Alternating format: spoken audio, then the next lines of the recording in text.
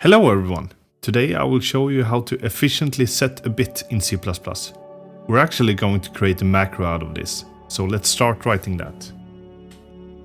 Define set bit. And then we need to first take in the bit field, which can be essentially anything that is or can be converted into an integer.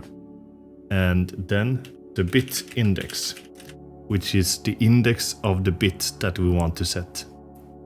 And then let's write the implementation. I like to surround stuff in macros with parentheses because if it includes expressions it might mess with operator precedence. So let's write bit field equals, and then in parentheses bit field again, a bitwise OR, and then the bit index. So let's go over what's happening here. We use the bitwise OR on the bit field together with the bit index to create a new value that we then assign back to bit field.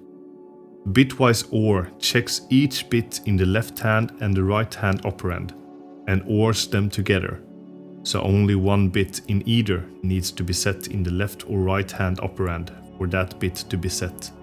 So bit index should only have one bit set.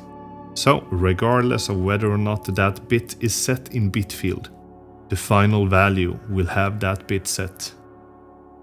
And that's how you set a bit in C++. That's it for this video everyone, thank you for watching.